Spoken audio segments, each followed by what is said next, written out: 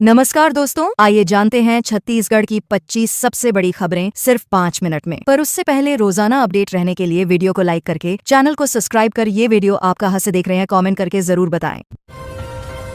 RI भर्ती में चयन प्रक्रिया पर सवाल। छत्तीसगढ़ की आरआई भर्ती प्रक्रिया एक बार फिर सवालों के घेरे में है, जहां 72 उम्मीदवारों में से 13 का चयन हुआ, जिनमें कई एक दूसरे के रिश्तेदार निकले। जांच समिति ने 22 लोगों का सिलेक्शन बताया है। एक कैंडिडेट ने आरोप लगाया कि वह सामान्य वर्ग का है, लेकिन उसे ओबीसी और एसटी वर्ग से रिश्तेदार घोषित कर दिया गया। अब पूरे चयन पर पारदर्शिता को लेकर गंभीर चर्चा हो रही है।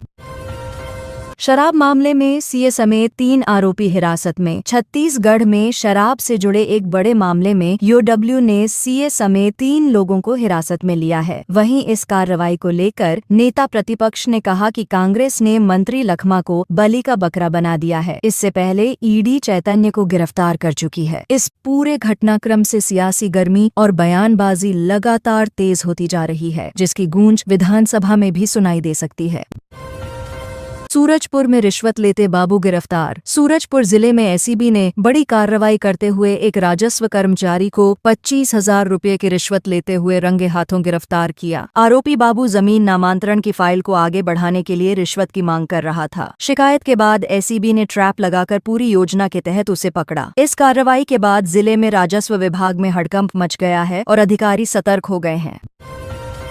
बिलासपुर में लग्जरी कारों से हाईवे जाम। बिलासपुर में हाईकोर्ट ने एक बड़ी घटना पर सख्त रुख अपनाया है, जिसमें कुछ लोगों ने लग्जरी कारों से नेशनल हाईवे को जाम कर दिया। मामले में नाराज चीफ जस्टिस ने पूछा कि इतनी महंगी गाड़ियां जब्त क्यों नहीं की गईं और पुलिस ने अब तक क्या कार्रवाई की है। कोर्ट ने स्पष्ट किया कि कानून सबके लिए समान है और सार्वजनिक रास्तों को बाधित करना गंभीर अपराध की श्रेणी में आता है। 12,32,000 की ठगी में फंसे रिटायर्ड कर्मचारी। जांजगीर चांपा जिले में एक रिटायर्ड कर्मचारी से 32 लाख रुपए की ठगी का मामला सामने आया है। आरोपियों ने खुद को सीबीआई अधिकारी बताते हुए मनी लॉन्ड्रिंग और डिजिटल गिरफ्तारी की धमकी दी। डर के कारण पीड़ित ने रकम ट्रांसफर कर दी। ठगी का पता चलने पर उन्होंने थाने में शिकायत दर्ज कराई। पुलिस ने मामला दर्ज कर जाँच शुरू कर दी है और साइबर क्राइम टीम को भी अलर्ट किया गया है। पुलिस क्वार्टर में बच्चियों से करवाई गई मजदूरी। बिलासपुर के एक पुलिस क्वार्टर में मानवाधिकार को झकझोर देने वाला मामला सामने आया है, जहां जशपुर की लड़कियों को 6 महीने तक बंधक बनाकर काम कराया गया। बच्चियों ने बताया कि पढ़ाई के नाम पर लाया गया, लेकिन यहां झाड़ू पोछा कराया गया और मारपीट की गई। मामला सामने आने पर महिला आयोग और बाल संरक्षण विभाग ने गंभीरता दिखाई है और जाँच की प्रक्रिया तेजी से शुरू कर दी गई है। कवर्धा में पुल से बहे लोग, येलो अलर्ट जारी। छत्तीसगढ़ में मानसून ने रफ्तार पकड़ ली है और कवर्धा में भारी बारिश के कारण एक पुल से 5 लोग बह गए, जिसमें एक की मौत हो गई है। 3 लोगों को बचा लिया गया है, जबकि एक की तलाश अभी जारी है। राज्य के रायपुर, बिलासपुर समेत अधिकांश जिलों में येलो अलर्ट घोषित किया गया है। प्रशासन ने लोगों से नदियों, पुलों और जल जमाव वाले इलाकों में जाने से बचने की अपील की है। बस में गांजा तस्करी, 30 लाख का माल जब्त। बलरामपुर जिले में पुलिस ने एक यात्री बस से 92 किलो गांजा जब्त किया, जिसकी कीमत लगभग 30 लाख रुपए आंकी गई है। इस मामले में ओडिशा के 4 तस्करों को गिरफ्तार किया गया है। गांजा 12 बैगों में भरकर छिपाया गया था, जिसे बस में इंटरस्टेट ले जाया जा रहा था। यह कार्रवाई सूचना के आधार पर की गई और इसके बाद इलाके में तस्करी नेटवर्क की जाँच और तेज कर दी गई है। टूरिस्ट परमिट पर इंटरस्टेट बसें चलती पकड़ी गईं। छत्तीसगढ़ में परिवहन विभाग ने एक बड़ी कार्रवाई करते हुए पाया कि कई टूरिस्ट बसें इंटरस्टेट रूट पर चल रही थीं, लेकिन इनसे टैक्स बहुत कम वसूला जा रहा था। जांच में सामने आया कि बसों का उपयोग व्यावसायिक रूप से किया जा रहा था, लेकिन परमिट टूरिस्ट का था। इस पर आरटीओ ने 50 से अधिक बसों के खिलाफ कार्रवाई की है और टैक्स चोरी से जुड़े मामलों में जाँच शुरू की गई है। सावन के सोमवार पर मंदिरों में श्रद्धालुओं की भीड़। सावन के दूसरे सोमवार को छत्तीसगढ़ के प्रमुख मंदिरों में श्रद्धालुओं की भारी भीड़ उमड़ी। रायगढ़, पेंड्रा और जांजगीर में शिव भक्तों ने भोलेनाथ के जयकारों से माहौल भक्तिमय बना दिया। प्रसिद्ध भूतेश्वर धाम में भक्ति गीतों पर श्रद्धालु झूमते नजर आए। मंत्री और विधायक भी मंदिर पहुंचे और पूजा अर्चना की। पूरे राज्य में धार्मिक आस्था के साथ साथ सुरक्षा व्यवस्था भी चाक चौबंद रही। हसदेव जंगल पर राजनीतिक बयानबाजी तेज। छत्तीसगढ़ के वन मंत्री मोहम्मद अकबर ने बयान दिया है कि हसदेव अरण्य क्षेत्र की कटाई की मंजूरी पूर्व प्रधानमंत्री मनमोहन सिंह की सरकार ने दी थी। इस पर कांग्रेस के ही नेता केदार कश्यप ने प्रतिक्रिया देते हुए कहा कि वे आदिवासी हैं लेकिन विरोध नहीं कर रहे। इस बयानबाजी से जंगल संरक्षण और आदिवासी हितों को लेकर एक बार फिर सियासी चर्चा तेज हो गई है।